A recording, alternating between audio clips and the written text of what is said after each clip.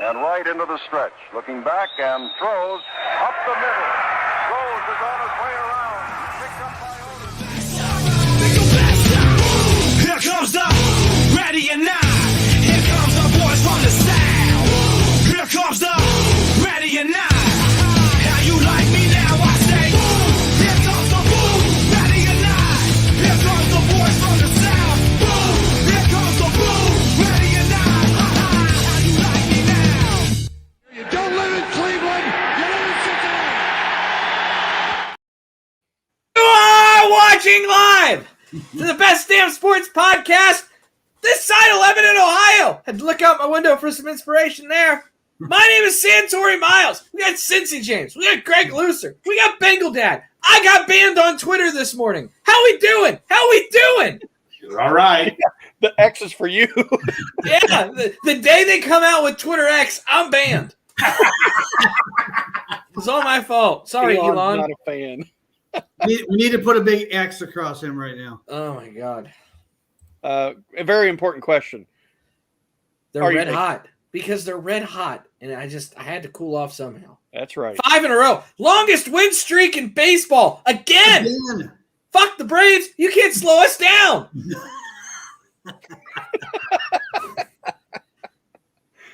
That's all I got. That's good. That's good. Man, great weekend. Got the sweep. I know we're going to start talking about Bengals, but goodness gracious. What a weekend. Started off Friday, the Little Miami Brewing, going over there. Cincy Hat, checking out Teddy K, Trent Irwin, getting to hang out with everybody. That was excellent. Absolutely. That was really, really fun. Had some cold pizza that I stole off James' tray after about an hour. There's one piece left, and I siphoned it. Stipend it. I don't think you can siphon pizza. I've been living with it my whole life. But let's get into the meat of the conversation here. We're talking Bengals. Number one, let's get this one out of the way. We signed Mitchell Wilcox. Woo! Hallelujah. We put him on the pup list. Yes, I think all of us at some point or another have said it would make sense if we signed Mitchell Wilcox back. Just because he knows the system, he's cheap. He was serviceable last year when Hayden Hurst went down. What are your all's thoughts? Brought to you by Briminghorn. Hold on. I wasn't ready for that.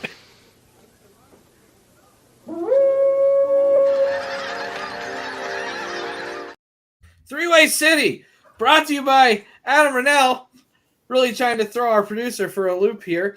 Do you like sitting on your balcony when it's raining outside, looking for a nice subtle buzz? I love honey. I love wine. And I love Skyline Chili. Well, guess what? We're going to mix it all together for 2 different sponsors today. Three-Way City and Briminghorn. Use our code HOODAY9 for Briminghorn to get 15% off 2 bottles or more. Basically covers shipping. We don't have a code for Three-Way City, but their stuff's pretty cool. Hit up Adam. Go to Three-Way City. Ladle that chili on your noodles. It's a great time. Don't cheat. Have a three-way. I think How's I got that? them all in there. Off the cuff. That's a rally combo. Yeah. I can't do that again. Holy cow, I was not ready for that. Not ready for it either. I'm like, I have to make the sound now because Birmingham. Oh, maybe not. Can you believe the Bengals aren't going to sign Burrow? We're not going to sign Burrow. It's all over Twitter. Just Every day I hear that. It's all over X. Well, might as well trade him. I already have a bet made with Pork Chop. If Burrow's not signed till August 7th, 4:23 p.m., I owe him a sandwich. From Where did you pull that number out of?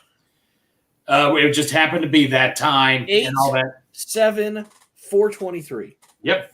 8, 7. I hope to God he signs at 424. Just oh my, I can see the meltdown. That'd be hilarious. that would be your luck, though. You're not. It would be my luck, but I don't care if it's 4:24. I just have a feeling something's going to happen. That's all I can say. Greg's gonna be staring at the clock at 422 like Absolutely, I will. I'll bet you that Joe Burrow's going to throw a football this season. it's a scary bet during training camp. Please don't make that. Yes, it is. The answer was never really put out there. Do you have pants on? That's it. swimming horn. All right. Any thoughts on Mitchell Wilcox? Then we'll go over to Burrow. Then we'll kind of spitball into Reds. Dale has to feel better. I never think Yes. of Mitchell Oh, Wilcox. yes. Do what, Bengal Dad? I never think of Mitchell Wilcox. Except for the bad snap. Hey, he had a fun touchdown against Tampa where he tripped over the pylon. Yeah, he did. Mhm. He was moving pretty good. Then he couldn't stop. It's like They me when I needed get that going touchdown. downhill. They definitely needed that touchdown. Yes, they did. As long as we don't need him to snap, I think I'm okay.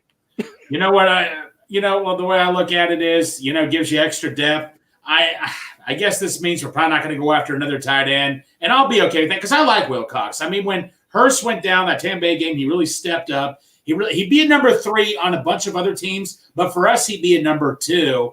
Just because Burrow's used to playing with him. I mean, I'll be honest with you guys. I was a big Thad Moss fan. I wanted Thad Moss so bad. I think we can all agree the preseason we've seen enough the last couple of years. Kieran.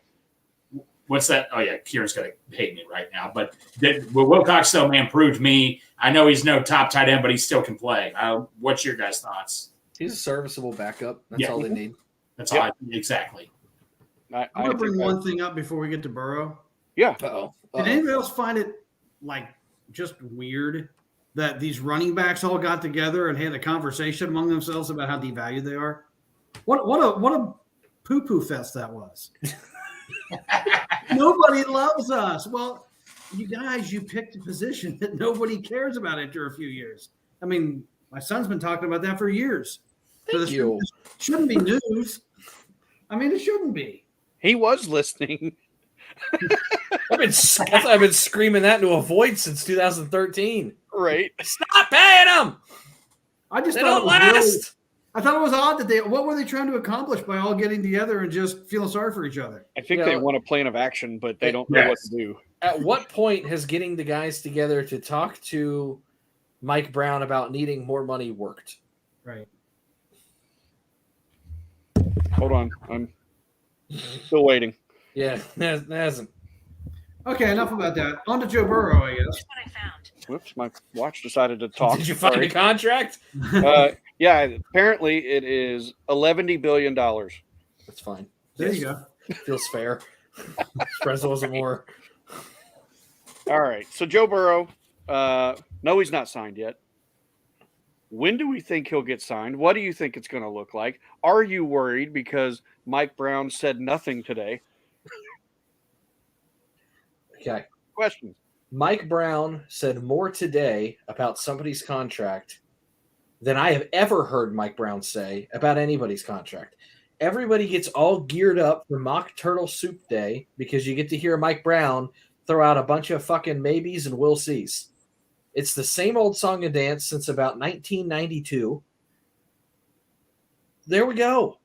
Santori, I'm surprised you didn't get upset that he compared it to a piece of pie and not cake. That's right. I'm really surprised at That that. is right. Banana done. cake, banana pie, Santori. Oh Well my done. God. Yeah, I mean, a cake probably is a better analogy just due to the amount of layers and complexity to it. Hello, it is called a pie chart,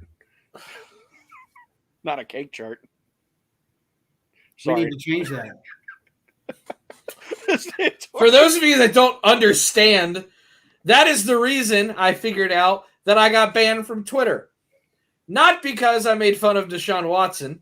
It was because I told Matt Minich to walk into traffic because he said pie was better than cake. I had been guilty of inciting violence and self-harm over Hostess cakes and fruit pies. And it got me banned from Twitter. You have said so much worse on Twitter. I know, That man. got you. Dude, I mean, the fact that you said, I mean, like, they're banning you for, I don't know what I to said, say. and I quote, "Go walk into traffic, you waste of a human being." And he replied with, "Tough but fair." And I'm in trouble. He agreed.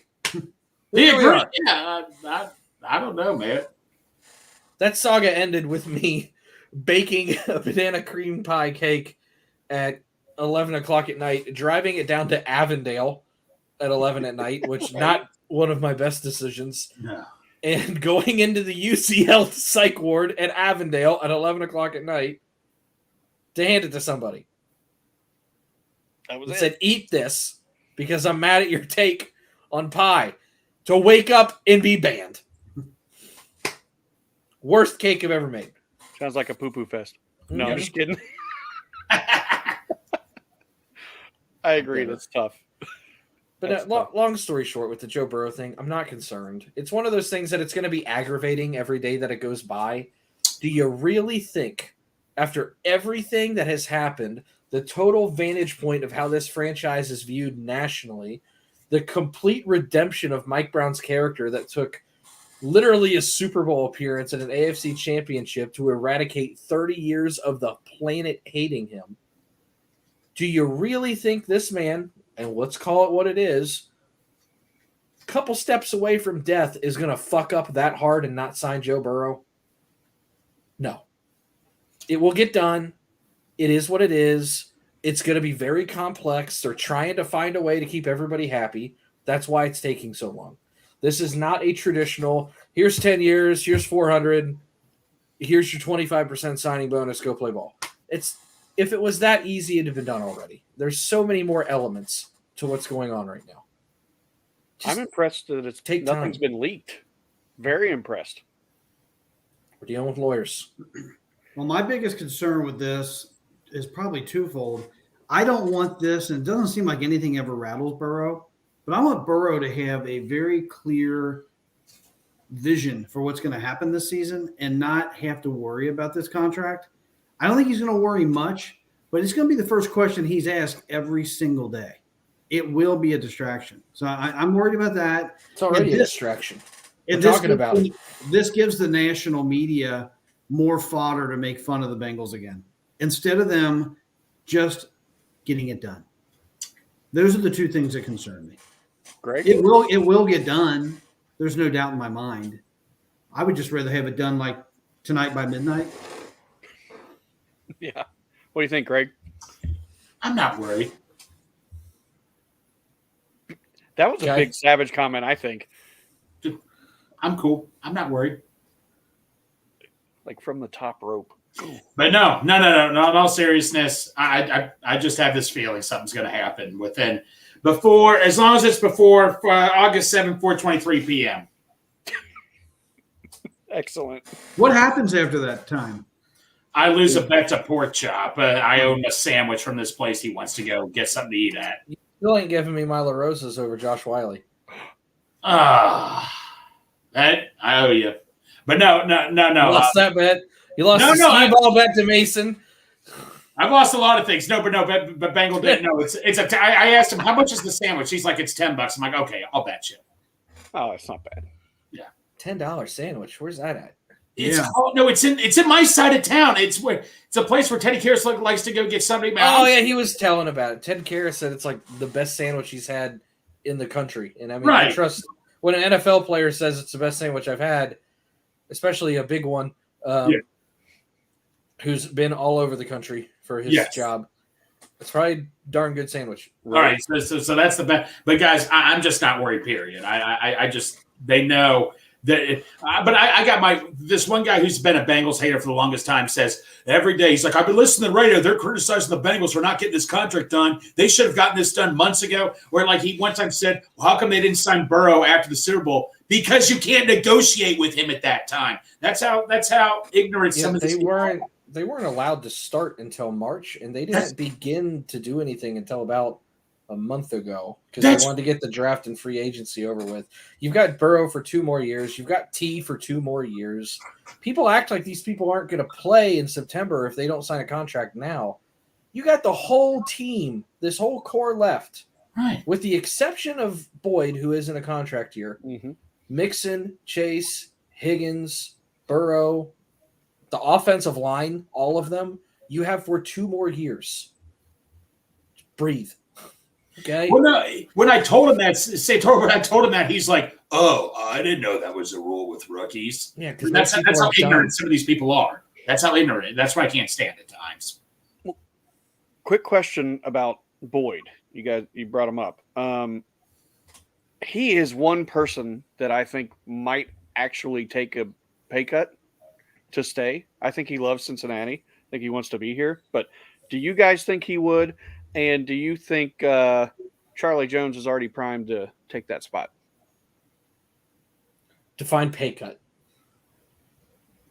Because his contract's up after this year. Are we saying take less now? He's making or resign for less. Well, he's making like what 10 something a year. Yeah, is that right? Like, say 4. So you're saying sign another contract after this season? Yeah, for 4? yeah, for a small amount. Like, I don't know. I mean, that's because I shouldn't have said Boyd on the open market. I mean, he's still only like 29. Like, he's not old at all. Darth's a real one, by the way. Yeah. I mean, Boyd already said that he would most likely do it. He wants to stay here. I think he even said something along the lines of, I've made enough money. Mixon said it, and he actually did it too. Crazy. It's one thing to say it, but when he hits the open market next year and someone offers him $12 million a year, just because that's the going rate for someone. Because here's the deal: he gets like 800 to 1,000 yards now as the number 4 option on this offense. Mm-hmm. Someone with a young quarterback is going to make him a number 2 option, and they're starting slot receiver, and he'll have 1,000 yards easy. Yeah, someone's going to pay him to be one of the guys, and it's, do I walk away from Joe Burrow and go to, I don't know, let's say when Carolina needs another weapon for Bryce Young. I'm not saying that's the place, but just a situation. Right. Or Houston. Stroud, yeah. And they offer him 10 or 12 because they're not paying a quarterback, and he is the savvy veteran that's been around and seen everybody, and he's reliable, and that's a safety blanket. Mm-hmm. Does he go play in the Carolinas for $12 million a year, or does he stay with Joe Burrow for 4 or 5? I don't know. Right. It's one thing to say it now. I mean, I don't know how many times over the last 20 years I've heard a guy go, I love Cincinnati. This is my favorite place. And, 3 weeks later it's free agency and they're gone somewhere else. It's like, oh, okay, that was cool. Thanks. But I don't know, man. It's all up to him. What does he care more about? Well, look at Jermaine Pratt. We all thought Jermaine Pratt, we were like, yeah, whatever, Jermaine. Yeah, you're going to hit the open market. Look at him. I mean, that's another guy to add on. I mean, I think we all thought he was gone. I mean, I 100% thought he was going to be gone. So, I mean, it happens. But like you said, Tori, money can talk at times. Darth has a pretty decent point here. When we win the Super Bowl this year, it makes it easier for players to leave for money when you've already got that ring. Already got it. I mean, that's the other thing, circumstances. Well, the other thing is when you compared it to the Mixon situation, Mixon didn't really have too many options. No. I mean, with the way the running back is perceived at this point, Boyd will have options. So, Mixon took a cut, but I don't think he really had a choice. He could be sitting on the sidelines like those other guys without a team right now. So I think Mixon just decided to take the money. Without beating a dead horse, Dalvin Cook is just as good of a running back as Mixon. They both have injury problems. They both more or less have the same numbers. If you go year to year to year, they're very, very close to each other. Mixon's making 8.5 after incentives this year. Dalvin Cook doesn't have a job. Mixon's not getting 8 on the market because Dalvin Cook can't even get 5. Right. I mean, it's stay with a Super Bowl contender and make $8 million, or go somewhere else that's not as a good situation and make a lot less money. Those are your options. I don't think that's even a hesitation. But we don't need to keep revisiting that. That's long gone. We're on to training camp. Yep. When does everybody report? I think tomorrow. Okay. First training camp is Wednesday. I plan on going to training camp, but for those who are going, it's going to be like 97 by Friday. So just prepare for a hot. But bring some water. I'd rather walk into traffic. Wait, don't say that. You'll get banned from StreamYard. That's fine. You might see Yosibas down there. I'll do what I can. I'll be like Jack Black in a Saving Silverman, how he was with Neil Diamond. Sure. I love your references. In Saving Silverman, yeah. Oh, goodness. Well, should we pivot? Or Pivot! What do you think? Pivot's my favorite Friends reference. Turn it. You're looking something up. I am. What are you looking up? Pivot. Yep. It's my favorite moment from Friends, and it is worth every second of what you are about to watch. If we don't get shut down or banned for like copyright. Oh.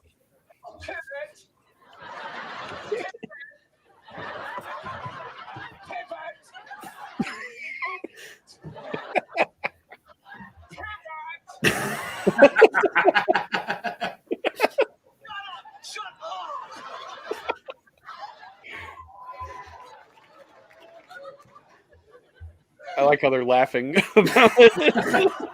Oh, it's probably an outtake. Okay. That's solid. Pivot! So we have officially pivoted. We even changed the background. Look at that. To Reds talk. We're on a little bit of a hot streak. Again, Somebody had to take his clothes off because of it. you take me out of the ballpark and they win. Yeah, you lost 4 in a row. You were part of that. I'm 0-4.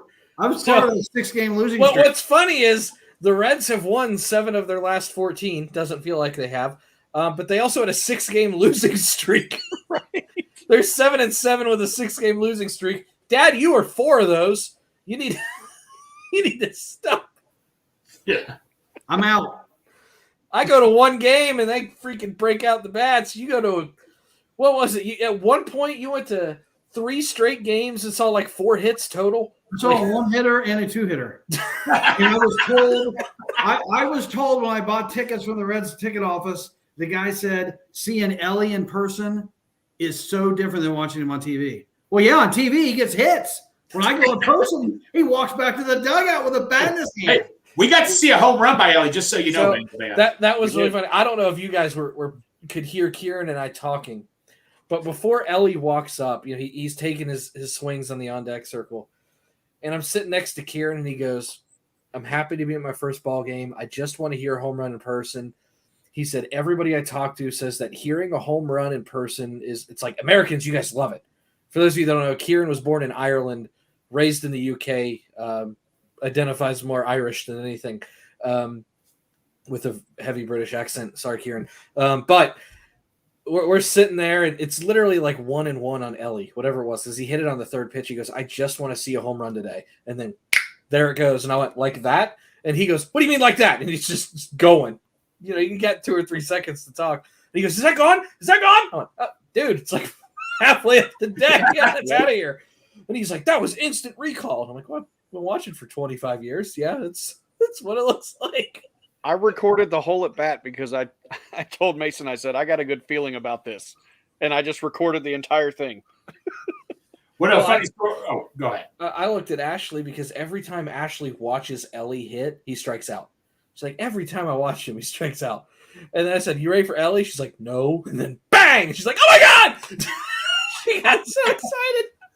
Well, no, so when we went to the game Saturday, Bengals and Bourbon was all excited for seeing Ellie play. And when we sent a text to him, "Oh, yeah, Ellie's got the day off." He said, "If I didn't have my son, I would have drove straight home," and all that. But the good news is we did get to see Ellie score a run. So he did pinch run, but some of the guys were like, he drove 3 hours round trip to watch him trot home on a ground ball to 3rd. Woohoo! But yeah, no, the game was awesome. Those both games were just awesome, man. It was just so exciting. Before we get into previewing what's going on, we've got some Bengal trivia for Reds trivia.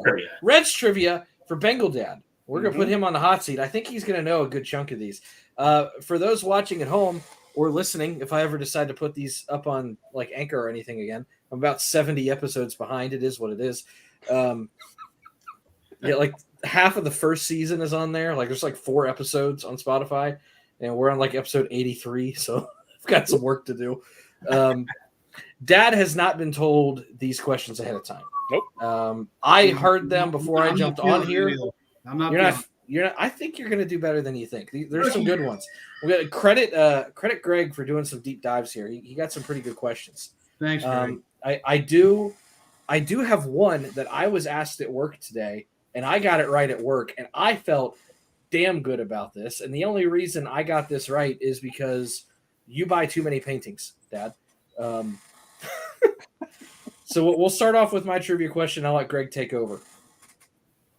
During the last pitch at Crosley Field, what were the 2 advertisements that flanked the clock on the scoreboard in center field? I think I might know one. I got these correct, and I felt awesome. How about burger, beer, and partridge hot dogs? Nope. Weber's sausages and Mountain Dew. I was going to think Hudipole. Okay. I got that right at work. And I don't know how you people got that. look How the hell did you do that? because I've stared at that last pitch at Crosley painting, and you've got like 3 copies of them framed around the house 1,000,000 times growing up. And they were like, wow, that's impressive. I said, guess who was hitting? And they went, what? I said, Bobby Bonds. And they're like, what the hell's wrong with you? I think Willie Mays was on deck. Mm-hmm. How's that for a slight Friday? Jeez. Greg's All always right, Greg. I didn't remember things. Greg, that was like 100 years ago, and I still got that one. Well, so speaking of Crosley Field, here we go. I remember this in the year 2000. It was a scoreboard stumper thing. Bengal Dad, who hit the very last home run at Crosley Field? Tony Perez. Oh, you're wrong. I thought Let me you tell that ya. one. It's a good guess. I'm going to tell you. You want to keep going? Well, give him 3 guesses. All right, 3 guesses.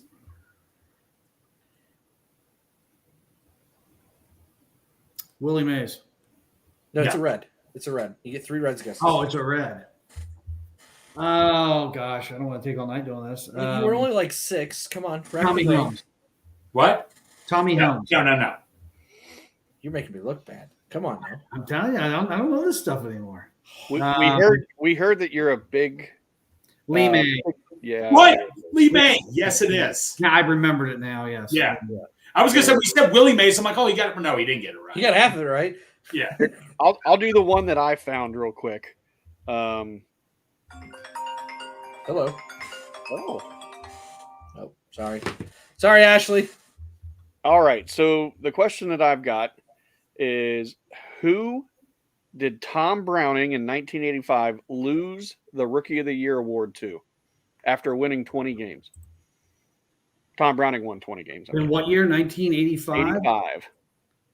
He lost the Rookie of the Year. Yeah, Rookie of the Year. He got second. This person won.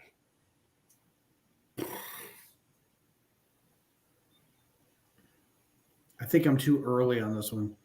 Steve Sachs. Nope. I'll give you a hint. He's fast. He was a stolen base guy. Like Willie McGee. No, but You are tanking, sir. I am tanking. I don't know the answer to it. the name is Vince Coleman. Okay. Coleman. Part of the Cardinal deal. Yeah. Yep. So, Greg, I know you had another one. See, I'm not good. Oh my It's God! like You used to this be thing so goes good. So, Tori, I'll lead off with this one, and it leads to the other one because we found out about this. Okay. Paul Konerko, Hall of Fame player for the White Sox, started out for the Reds. The Reds traded him for what outfielder who was only with the Reds for 1 year? Man, you guys dig deep. But I could give you another hint that's going to give it away. Blame your son. It's the follow-up question. no. It's the follow-up Did question. they trade him to the White Sox? Because he was a Dodger also. We did trade him to the White Sox, yes. It was the year right before the 99 season. I'm gonna help you because I don't like seeing you drown here. I am drowning. Yeah. Then we traded this guy the following year to Seattle. Mike Cameron Yep. There you go. And who did we get for Cameron? from Seattle? Or no. Yeah. From Seattle. Come on now. Come on, man. It was part of the trade. Oh my God. Oh, my God. Are you serious? No. Are you serious, Bagel Dad? I didn't see that as a trade. I saw that as a free agency thing. Ken Griffey Jr. Okay. Well, thank you, Jesus. Nobody ever talked about that being a trade, really. I mean, Who was the other player involved? It was involved Cameron. that we sent to Seattle? Yeah. Oh, my God. Can I give the hint? How about Brett Boone? No, Close. but Close. you got the first name right, Coach. Coach. Who's another Brett for the Reds? If You only you have- bought 500 of his rookie card. You say? Are you serious, man? You have 500 of his. Yeah, Tomko. Okay. I was gonna say. Well, from what he told us, you To should be know asking me this. these questions. There are certain trivia that I'm good at. I'm not good when you're digging deep into trades and all this. I'm just and what's the advertising on a scoreboard? I'm not there. I'm not there. I got that right. What are you? A grilled cheese sandwich. I feel like a grilled cheese sandwich. No, we kind of put you on the spot there. That, Yeah, we did. I think if we actually told you trivia was coming up, you might be. I wouldn't Might have be a been. little I more- wouldn't be looking for that stuff. We next time let's pick like a decade, maybe do something like that. I got to give you like a couple layups here. No, I don't need any layups because then No, I'll miss a layup. I got you. Won't miss the layup. A layup doesn't prove anything. Who scored the 1 millionth run? Oh, Not the millionth at first, the millionth. We just stop. You know that one. Bob Watson. I know it. Okay. Who scored the million at first? Concepcion Yep. Okay. on a home run. I got one for you guys. What happened to the ball that Carlton Fisk hit in 75? George Foster caught it and sold it. There you go. See? You know stuff. Okay, Matt McClain hit a 100-mile-per-hour fastball for a home run Friday. Who was the last Red before that to hit a home run also off 100 miles per hour? It was 2009. Yeah, they didn't say it on TV. I saw I'll it give you- in 2009. he won- I didn't see it on TV though. Who hit it? 2009. Jay 100 Bruce. miles an hour. Yeah, Jay Bruce. he was a big fan favorite. He won a World Series with the Red Sox. We got him from Tampa Bay. We got him from Tampa. Got him Yeah, from- later on he won. What? I We just got I just him from believe it. Tampa? Yeah, Yeah, we got him from Tampa. I forget. I don't know if it was through trade or not. I forget. But then later on in his career, he won a World Series with the Red Sox. Johnny Gomes. Yep. Love Johnny Gomes. Yeah. I love Johnny Gomes. Yes. Fucking ready. Do you know how much cocaine was coursing through his veins at any given moment? Probably Hey now. He was a human amphetamine. He had to be. No, I don't know about that. Oh goodness. Tell Well, me we're done with this stuff. there was an interesting report put out today Yeah. about one Jonathan India. The report was that the Reds have told teams that they are willing to listen to trade offers for Jonathan India. Number one, how do you feel about it personally? Number two, do you think it'll actually happen? I'll start. Actually, and number three, what do you expect back for Jonathan India? Actually, no. Dad, you start.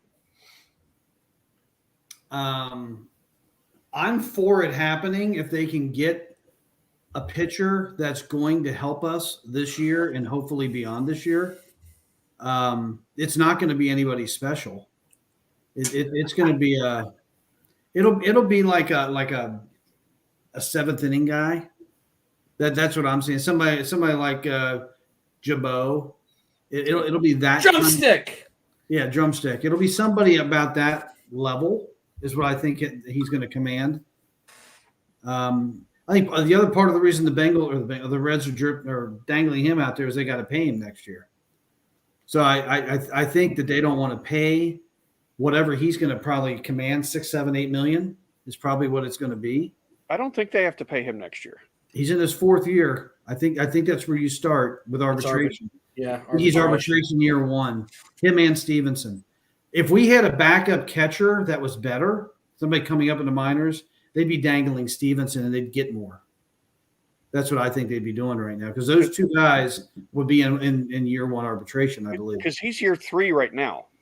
Right. When So you get next to year the, would be year you get 4, to then after that, right? I think when you get to the 25. fourth year, you have first year arbitration. Fourth year is first year arbitration. So that's part of the reason they're doing this. Yeah. They're not going to get 3R2, a pitcher that's going to take them very far. I'm not real excited about the prospects of this because I think they might give him away for too little. That I'm worried about that.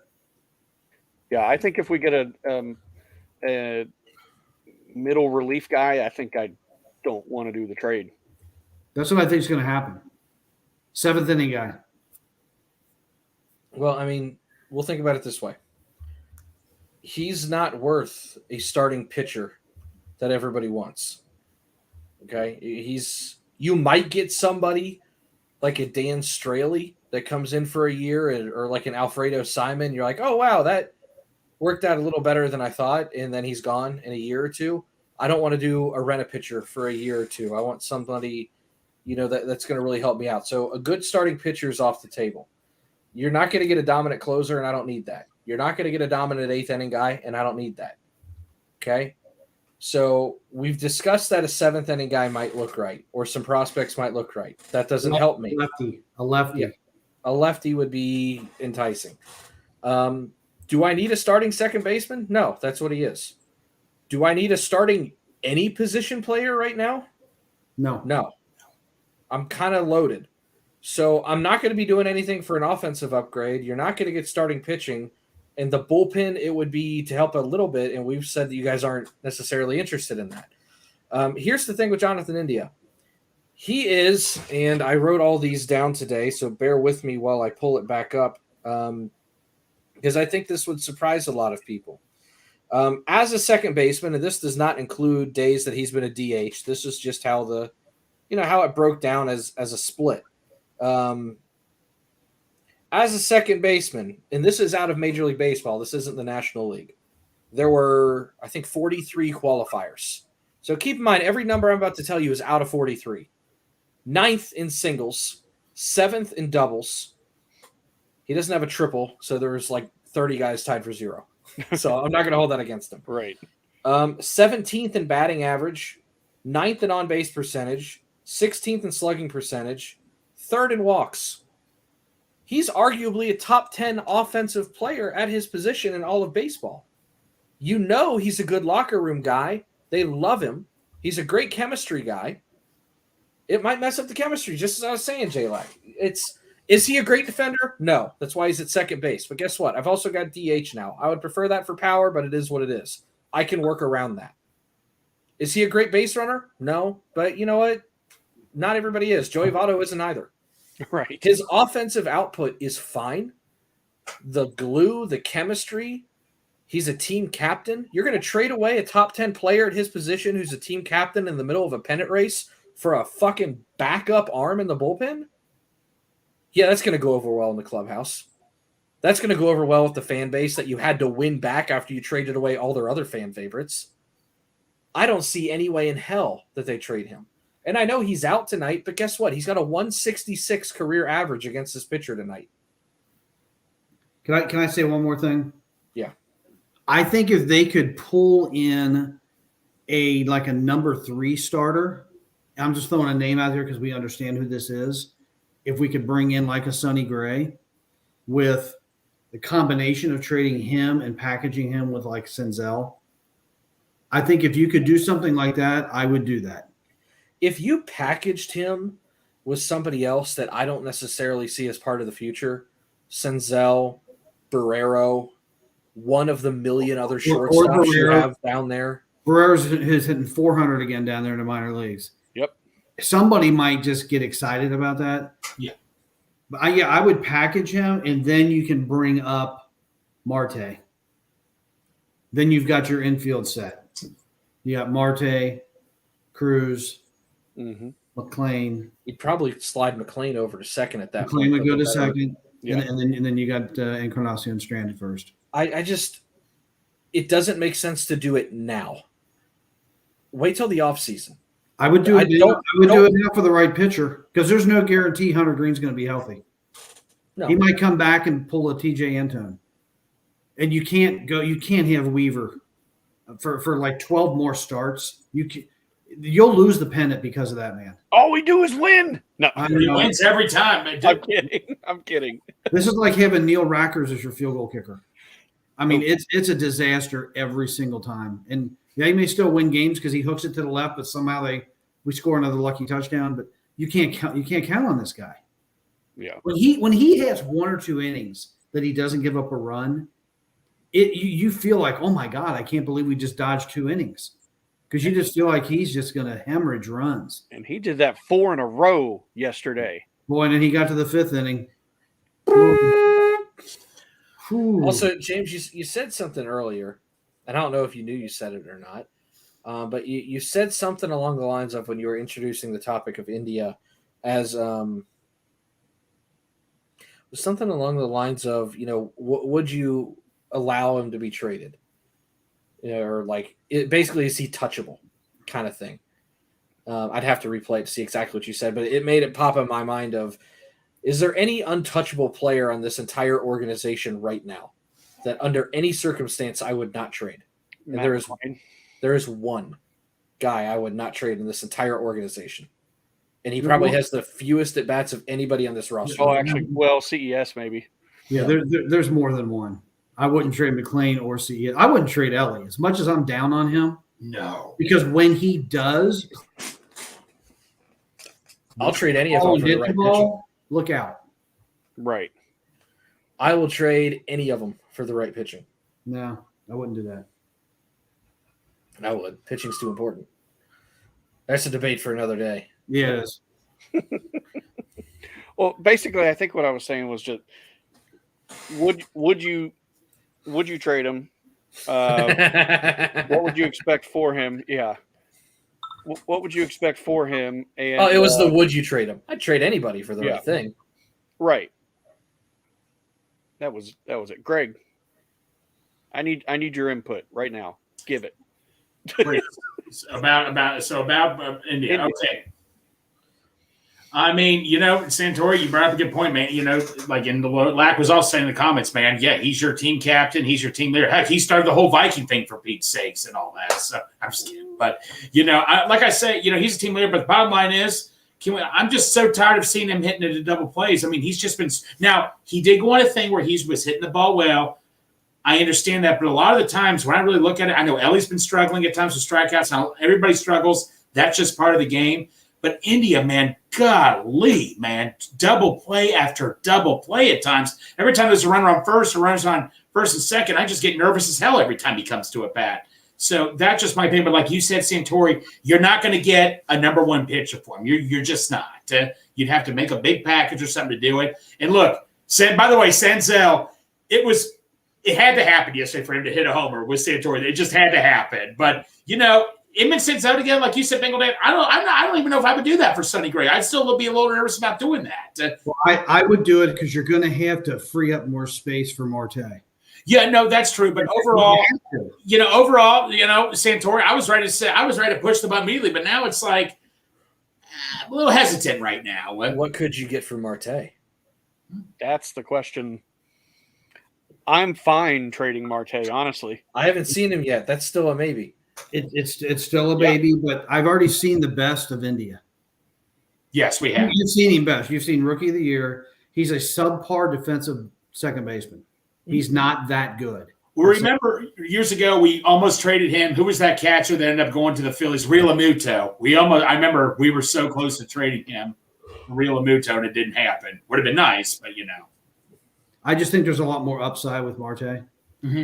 Plus, you got 6 years of control instead of 3 at this point, and you don't have to pay big dollars for the next 3 years. You're going to have to start paying India, and face it, out of all the starting infielders, he's the least productive. I really think he is. He's the one I'd least. I don't care. He's not in the lineup tonight. Does anybody really care that he's not really? No. Here's the other one, and this is going to piss off a lot of people, but I'm ready for it. I didn't give a shit that Votto didn't play yesterday. No, I didn't care either. No, Votto is he should just be like a spot. Yeah. He should play a couple times a week to keep his bat okay. Yeah. You know what I was going to do this morning? And this is how I found out I was banned. I was going back to find my tweet where I said, I'm not taking at-bats away from the future for a 200 hitter. And that was the day he came up. And everybody jumped on my shit and said that I just hate Joey Votto. Okay, guys, it's been a month and a half. He's hitting a $186. Yeah. Are you really going to keep telling Encarnacion Strand after what we've seen that he's not allowed to play? No, and that's the Come on. Encarnacion Strand needs to be hitting like third. Uh, He doesn't need to hit 7. I need one more bat per game out of that guy. Same time, we were talking backup catchers, kind of. I'll ask all of you this: are all of you satisfied with Malley as the backup catcher right now to Steven? Because when Stevenson's in, that's like a 1 through 9 dangerous lineup. Malley, I'm still on the fence with at times, but I don't think it's terrible. But are you guys sold on Malley as a hitter for a You guys catcher? go first. Yeah, he's all right. I'm good with him for a backup catcher. Yeah. Yeah, he's not your starter, but yeah. I I don't think they need Caselli anymore. I think that's taking up a spot too of one of these younger kids. Well, I am a results-driven person. And we have been incredibly fortunate this year that Stevenson has not been seriously injured or missed significant time. I think that's the first time in his career it hasn't happened. Genuinely. I think Maley is a better defensive catcher. I think he's got a better arm than Stevenson. I don't see him drop exchanges as much as Stevenson. With that being said, one is hitting 248, the other is hitting 245, and they play the same amount of time. One's got a little bit more pop. One has more singles. One strikes out more than the other. One's a better defensive player. I'm happy with both of them. But there's really not too much of a difference in terms of production for who they've been this year. And I know Stevenson's kind of been asked to do more than just settling into one role. Maley has had an oddly specific role of just being a backup catcher. And I know that plays into it with Stevenson, but I've kind of been disappointed with Stevenson as a hitter this year. And Maley, I didn't think was going to make the team. I didn't think he was going to hit above 200, and he's at 250 and worth 2/3 of the way through the year. And he's got a better arm. I don't care when Maley plays. As far as I'm concerned, I feel better defensively when he's out there. Okay. So wait. Maley's got a better batting average right now than Stevenson. You said 250, and Stevenson's got him by 0.3 of 1 percentage point. Wow. Do you know what the difference is in 248 to 245 over the course of 500 at bats, Greg? What's that? 245 over 500 at bats is 122 and a half hits. Okay. 248 is 124 hits. It's 1.5 hits more over the course of a season. That's the same batting average as far as That's it. Yeah, it's 0.3 of 1%. So in a way, man, there's no big. That's not that big much of a dip. Wow. No, they're the same player. Wow. One's a little bit better consistently Do defensive. we have any good catchers coming up shortly, or no? No, I don't think so. No. That's a hard one to find. Devin Mesoraco, I really thought was going to be that good hitting catcher. Mesoraco. The stiffest man in the history of baseball. He acted like he had no spine. He just had a telephone pole for a back. Right. Oh my God. You guys were talking about India and his fielding, and I was just looking something up. He's having his best fielding year based off percentage that he's had. Because everybody's hitting home runs. Well, no, listen, he's 12th. He's 12th out of 14 in the National League. It's not good. Right. And he's having the best year he's had. It was the best year, and I'm not last. This is what I'm saying. We've seen the best of India.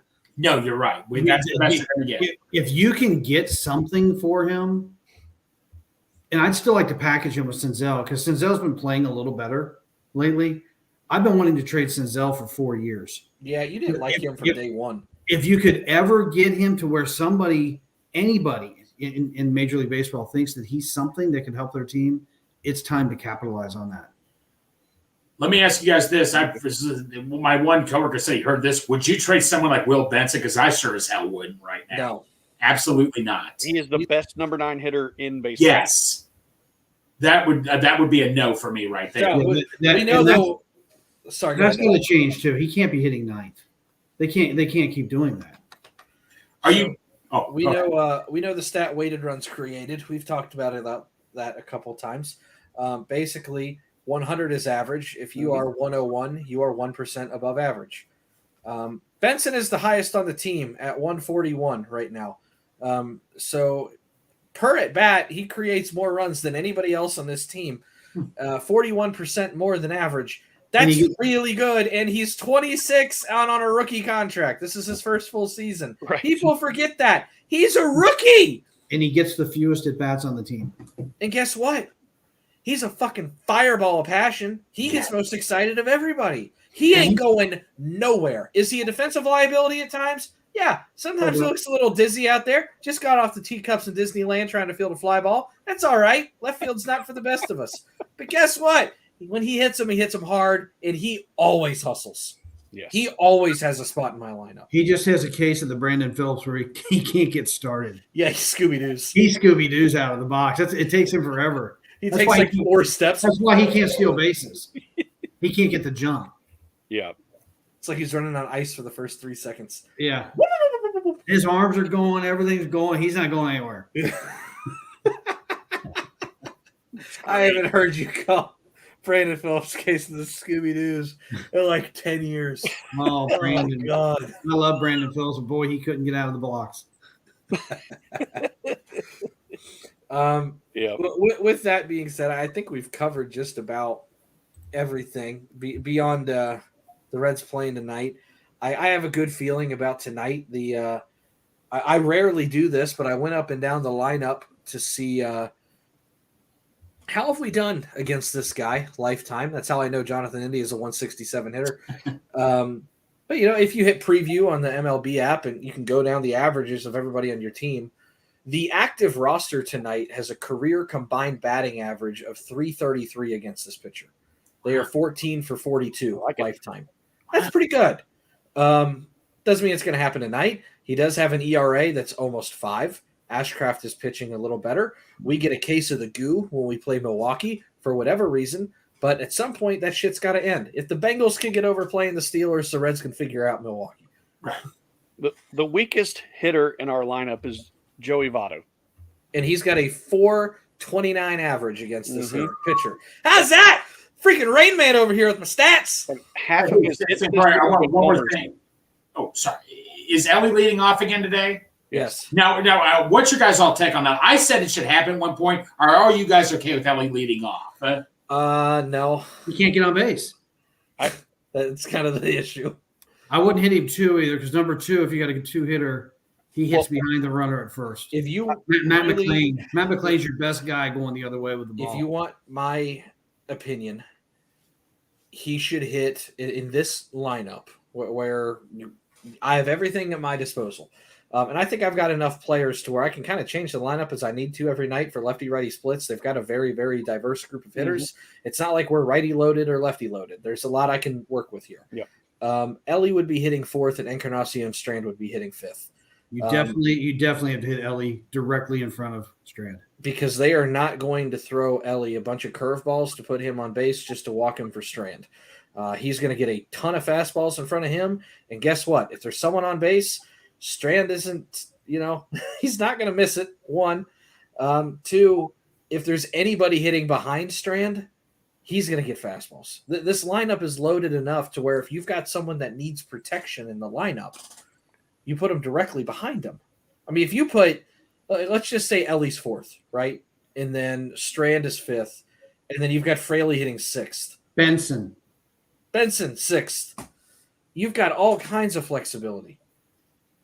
And you've got your 1-2. I love McLean and Friedel at 1 and 2, or vice versa, whatever.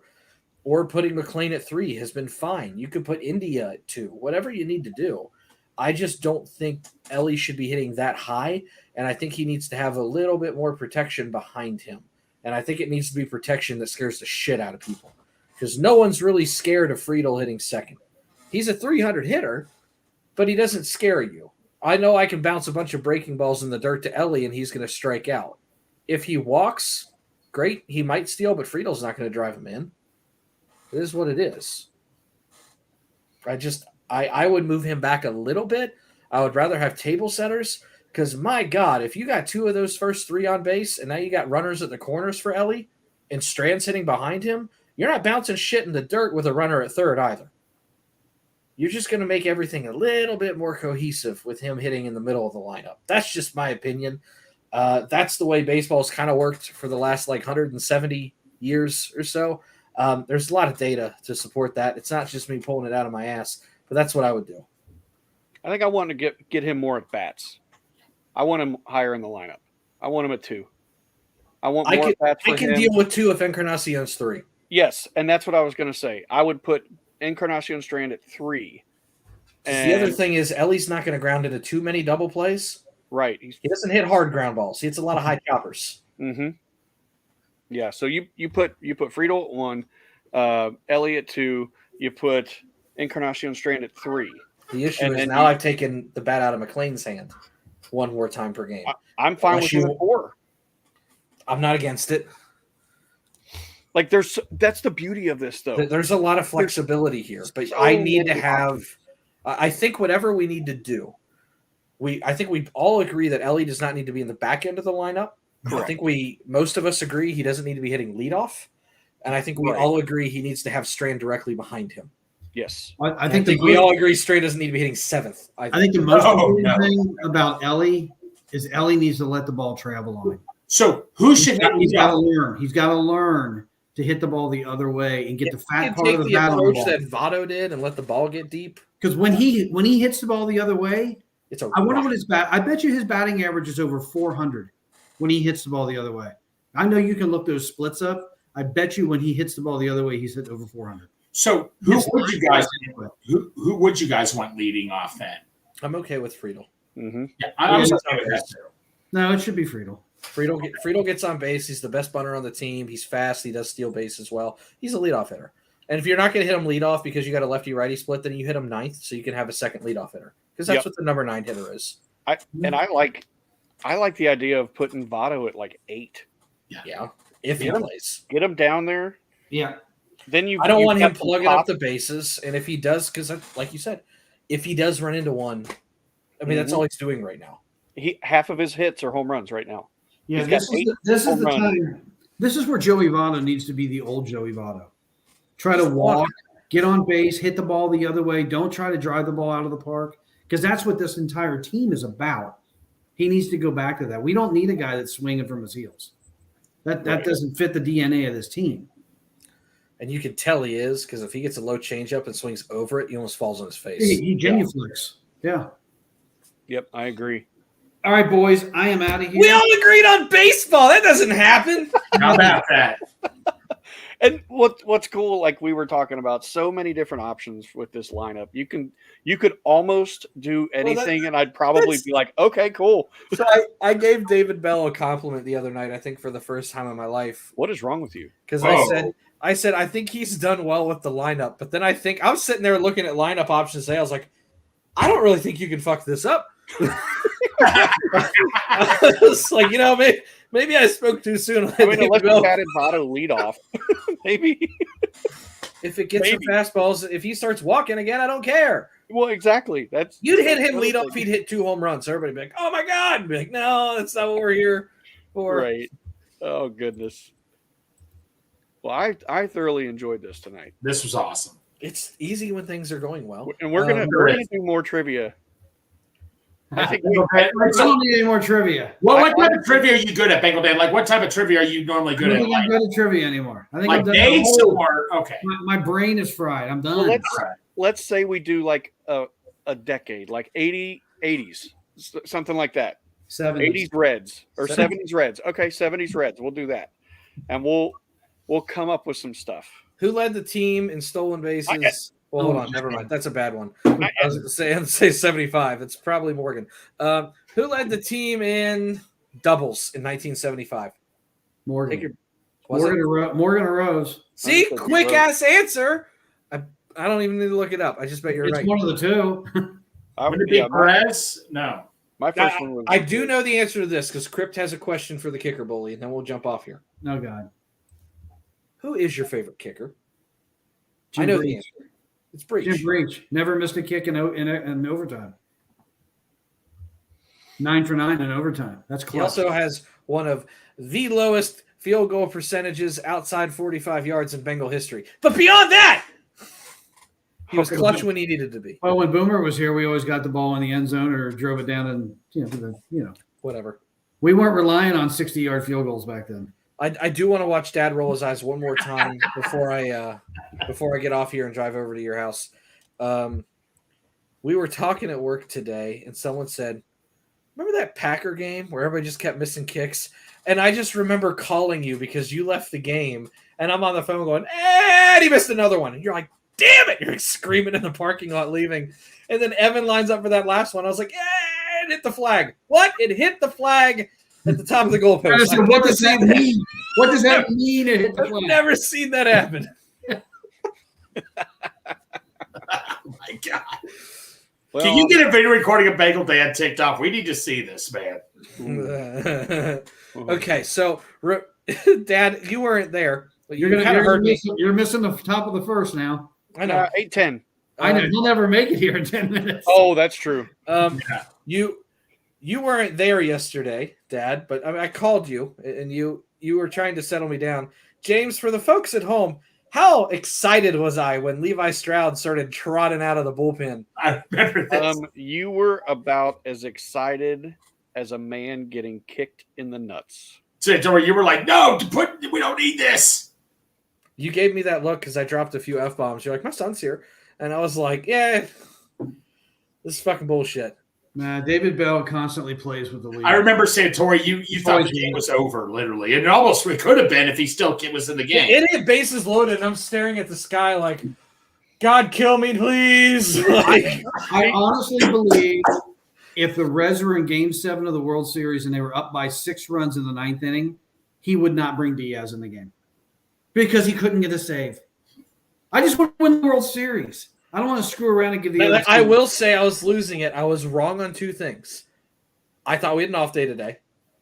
Because I remember the first thing I told James is we're off tomorrow. What does it matter? And I did not know that Diaz was not available. With that being said, You still should have pitch brought Stroud. I had Lucas Sims in the game. You should have brought No, Sims. Santori, when I saw, like, wait a minute, Santori said we had an off day today. No, I was wrong on that one. And they always act like they're going to need all these pitchers the next day. We might win by 10 runs tonight or lose by 10 runs tonight and not need any of those pitchers. Same thing for tomorrow. Just pitch who you need per your situation. Win Get tired for the day. Just play every game to win. Well, what was funny was they got the double play. Everybody's screaming, high five. Pork Chop screaming into his phone, loving life. And, Greg's giving high fives. Ashley's bouncing up and down with her helmet full of nachos. And I look at James and go, what did we learn? Right. You bring in good pitchers in these. I don't care what the lead is. You have a chance to sweep a team ahead of you. End it. Yes. Stout should never be in another game that we have more runs than the other team. No. He should be in the game when it's the other way. Let's end it on this prediction for this series, Santori. Oh. How many games do we win? Or they won't get swept. okay. I think that's a start with how bad we've played against this team. Cool. Greg? I don't know if they'll win 2. I think they'll at least get 1. Okay. Greg? Bengal Dad? Yay. It's like we know each other. James? I'm going minimum 2. Minimum. I hope you're right. I got PTSD from that series. I'm afraid they're going to not get any hits again. They're going to make the Brewers look so good, and it kills Darth, me. who is one of the best people I've ever met, Darth Bengal, right there. He says 2 as well. So, Greg, do either of you guys have the chains on you that he's been making? It's in my car, right? Oh, no, I got one here. Hold on. So, like the turnover chains that like Miami made? He makes them for he makes these in his house or wherever he's at. This is the one I got signed by Teddy K on Friday. Hang on, and I'll grab the Reds ones. They're like 3D printed. Like they're really cool. Hang on real quick. He did a Reds one with the new whatever weird. No, yeah, no. See. Oh my God, dude. It's pretty sharp looking. Like he does a good job with these. He does. So if anybody wants one, hit up Darth Bengal because they're slicker than shit. Let me tell you. Hold on, I got 2 more. The one James has is slick. All right. Did you get the Reds one, Greg? No, the Reds one's in my car. Okay. The first Reds one. That's the one I. That It's like Flavor Flav. You got a giant clock around your neck. dude. That's slick.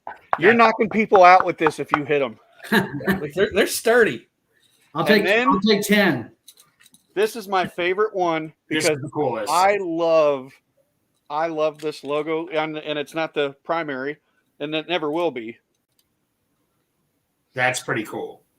He made that. Hit up Dart. Dart's amazing. That is awesome. It's pretty sick. No. Didn't you? Yeah, someone said, "Where did you get that?" Oh my gosh. Yeah, the lady in the pro shop. She said, "Where did you get that? That is awesome." I said, "My buddy made it." And she was like, "Can I take a picture of it, please? I've never seen that." It's like, absolutely. Darth says he's making some now. Got to get Santori and Bengal Dad one. Now, I'll say this. When we first started getting a little bit of notoriety, you know, I'd walk around the stadium every once in a while. Someone come up to me like, "Oh my God, hey, like seen the show." And it's like, wow, like people actually do watch this. It gets around a little bit. Darth came up to me. I was standing waiting for a couple pictures or whatever. And he goes, "Where's Bengal Dad?" He was the first fan of the show, friend of the show, really, to ask, "Where's Bengal Dad?" So, Dad, you do get love. That's right. It's wonderful. You're not only a kicker He boy. wanted to know where you were, and it was when you and Kim were sitting up way in the corner, and I was like, "Do you see the blonde lady all the way up in God knows where up there?" He said, "Yeah, right in front of the wall." I said, "Well, that's Bengal Dad." And he went, "Oh, well, that's a far way away." All right, People well, ask me about you. Where's Bengal Dad? Go. Where's Bengal Dad? What do you mean, where's Bengal Dad? That's what he And had. right into the stretch. Looking back and throws up the middle. Rose is on his way around. Picked up by Here comes the ready or not. Here comes the boys from the south. Here comes the